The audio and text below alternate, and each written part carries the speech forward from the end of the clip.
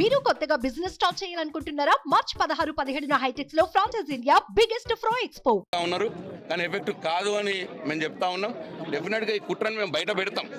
ఇవాళ కేంద్ర ప్రభుత్వం, రాష్ట్ర ప్రభుత్వం, అటు నరేంద్ర మోడీ, రేవంత్ రెడ్డి, కేసీఆర్ గారి బిడ్డ కవితని ఈ రకంగా రాజ్యాంగ విరుద్ధంగా, చట్టానికి విరుద్ధంగా ఇవాళ అరెస్ట్ చేసి తీసుకుపోయే కార్యక్రమానికి పూనుకుంటున్నారు.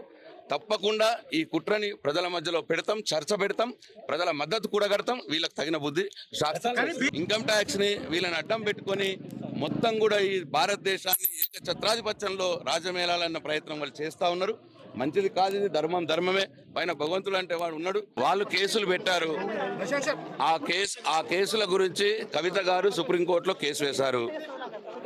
సుప్రీంకోర్టు కవర్ ఇచ్చింది. ప్రీ ఎమ్మెల్యే యాక్ట్ కింద అరెస్ట్ చేయడానికి 19వ తారీఖు నాడు ఇది మళ్ళీ మేము నిర్ణయం చెప్తామని 19వ తారీఖు దాంట్లో వాయిదా వేసింది. ఇదంతా చట్ట ప్రకారంగా జరుగుతున్నది.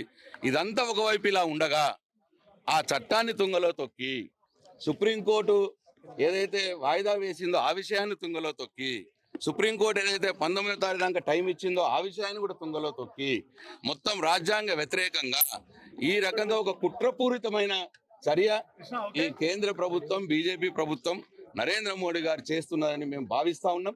దీన్ని తప్పకుండా ప్రజల మధ్యలో చర్చ పెడతాం. ప్రజాక్షేత్రంలో ఈ కుట్రను మేము తెలియజెప్పుతాం. ఇటు ఈ రాష్ట్రంలో ముఖ్యమంత్రి రేవంత్ రెడ్డి గారు, అక్కడ నరేంద్ర మోడీ గారు ఇద్దరూ కలిసి కేసీఆర్ గారి మీద పన్నుతున్న కుట్ర ఇదని మేము భావిస్తా ఉన్నాం.